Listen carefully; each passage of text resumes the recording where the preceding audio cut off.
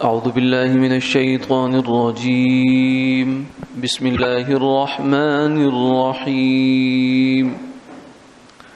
وإذا حضر القسمة أولو القربى واليتامى والمساكين فارزقوهم منه وقولوا لهم قولا معروفا وليخشى الذين لو تركوا من خلفهم ذرية ضعافا خافوا عليهم فليتقوا الله وليقولوا قولا سديدا. إن الذين يأكلون أموال اليتامى ظلما إنما يأكلون في بطونهم نارا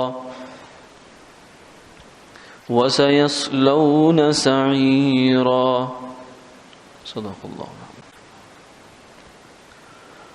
اور جب حاضر ہوں تقسیم کے وقت رشتہ دار اور یتیم اور محتاج، تو ان کو کچھ کھلا دو اس میں سے اور کہہ دو ان کو معقول بات.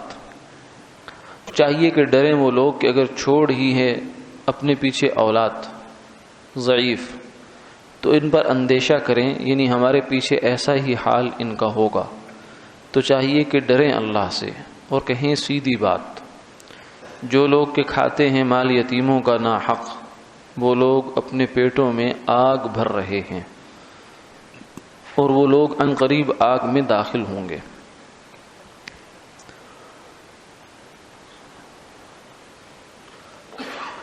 ان آیات مبارکہ میں سے پہلی آیت کے اندر ایک استحبابی حکم کا بیان ہے کہ جب میراث تقسیم کرنے کے لیے ورثاء بیٹھے ہوں کسی کی، تو بعض دفعہ ایسا ہو سکتا ہے کہ کوئی ایسا رشتہ دار یا کوئی ایسا یتیم کہ جو اس مورث کا، اس میت کا شرعی طور پر وارث نہیں بنتا، وہ بھی آ جائے اور اس خیال سے آ جائے کہ شاید مجھے بھی کچھ حصہ ملے گا اس میں سے. تو ایسے موقع پر فرمایا کہ اگر وہ آ جائے تو اس کو حصہ دینا یا کچھ دینا دلانا یہ فرض واجب نہیں ہے، لیکن مستحب ہے کہ اس کو بھی کچھ نہ کچھ اس کی دل جوئی کر دی جائے، اس کی دل شکنی نہ ہو، دل آزاری نہ ہو، اس کی کچھ نہ کچھ دے دلا کر اس کو دل جوئی کر دی جائے. تو یہ حکم دے دیا اور ساتھ ہی اس کو معقول طریقے سے، اچھے طریقے سے سمجھا دیا جائے کہ اصل میں یہ وراثت جو ہے وہ فلاں فلاں کی ہے، لیکن تمہیں تھوڑا بہت جو ہم دے رہے ہیں آپ کو وہ اس لیے ہے کہ چلو آپ آئے ہوئے ہیں اس لیے دے دیے.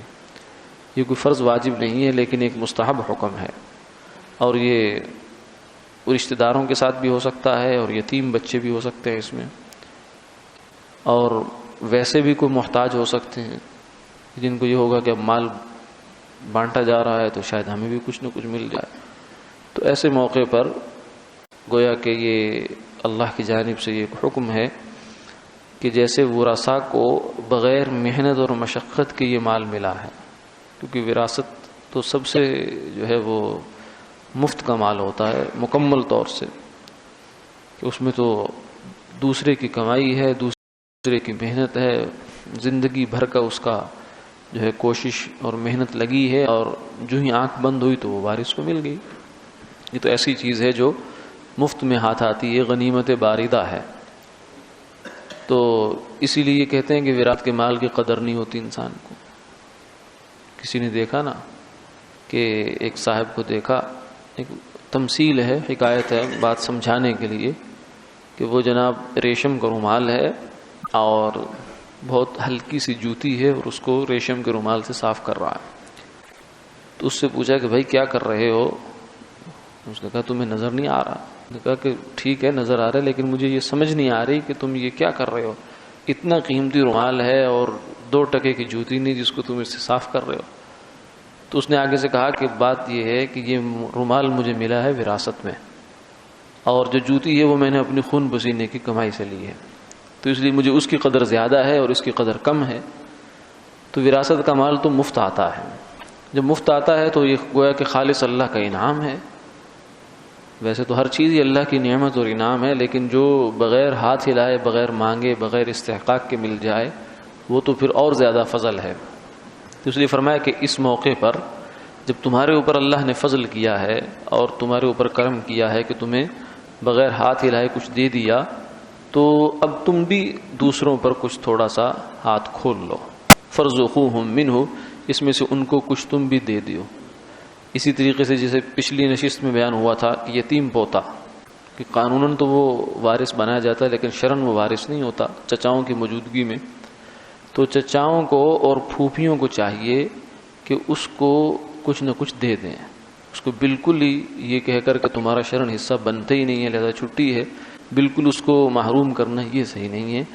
اخلاقی کم سے کم فرض یہ ہے کہ اس کو کچھ نہ کچھ دے دلا کر اس کو راضی کریں، اور ساتھ ہی اس کو بات سمجھا بھی دیں. وقولوا لهم قولا معروفا، کہ اصل بات یہ ہے، مسئلے کی بات بھی سمجھا دیں اور پھر کچھ نہ کچھ دے دلا کر اس کی دلجوئی کر لیں. دوسری آیت میں یہ بات بیان ہوئی ہے کہ وَلْيَخْشَ الَّذِينَ لَوْ تَرَكُوا مِنْ خَلْفِهِمْ ذُرِّيَّةً ضِعَافًا خَافُوا عَلَيْهِمْ، کہ جب کوئی بندہ وراثت تقسیم کرنے لگتا ہے، ایک آدمی فوت ہو گیا، اس کے بچے ہیں اور کچھ اور ورثاء ہیں، یا ویسے بھی یتیم بچے عام طور سے ہوتے ہیں، تو ان کے ساتھ طرز عمل تمہیں کیا اپنانا چاہیے؟ جو ذمہ دار لوگ ہیں وہ کیا کریں؟ فرمایا کہ اس کے لیے ایک اصول ہے. اصول یہ ذہن میں رکھ لو کہ تم یوں سمجھو کہ تم فوت ہو گئے اور تمہاری اولاد ہے، پیچھے بچے ہیں. تم کیا چاہو گے کہ میری اولاد کے ساتھ کس طرح کا طرز عمل ہو اور ان کو کس طرح ٹریٹ کیا جائے اور ان کے ساتھ کیا سلوک اور کیا رویہ رکھا جائے؟ جو رویہ، جو سلوک تم اپنی اولاد کے لیے چاہتے ہو اور توقع رکھتے ہو، وہی دوسروں کی اولاد کے ساتھ تم رکھو. اور یہ ایک اللہ کا ضابطہ اور دستور بھی ہے. از مکافات عمل غافل مشو، کہ انسان جو کسی کے ساتھ کرتا ہے وہ پھر اس کے ساتھ بھی ہو جاتا ہے اکثر اوقات. تو اس لیے یہ فرمایا کہ جو اپنی اولاد چھوڑ کر جا رہے ہیں وہ ڈریں، یعنی کل کو ہماری اولاد کے ساتھ بھی یہ کچھ ہو سکتا ہے. اگر آج ہم کسی بچے کے ساتھ زیادتی کر رہے ہیں اور کسی وارث کے ساتھ زیادتی کر رہے ہیں تو کل ہماری اولاد کے ساتھ بھی یہ ہو سکتا ہے. اور یہ تو صرف ایک وراثت کے اصول میں بتا دیا، ورنہ زندگی کے ہر موڑ پر انسان کو یہ سامنے رکھنا چاہیے. عام طور سے ہوتا یہ ہے کہ ہم اپنے اوپر ہونے والی زیادتیوں کو تو نوٹ کرتے ہیں، معلوم کر رہے ہوتے ہیں، لیکن جو دوسروں کے ساتھ ہم کر رہے ہوتے ہیں اسے ملحوظ نہیں رکھ رہے ہوتے. اسی سے جو ہے وہ شکوہ شکایت بھی پیدا ہوتی ہے.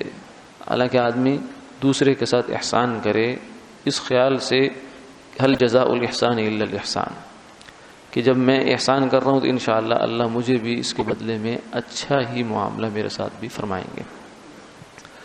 اس کے بعد تیسری آیت میں یہ فرمایا ان الذین یاکلون اموال الیتامی، کہ جو لوگ یتیموں کے مال کھا جاتے ہیں.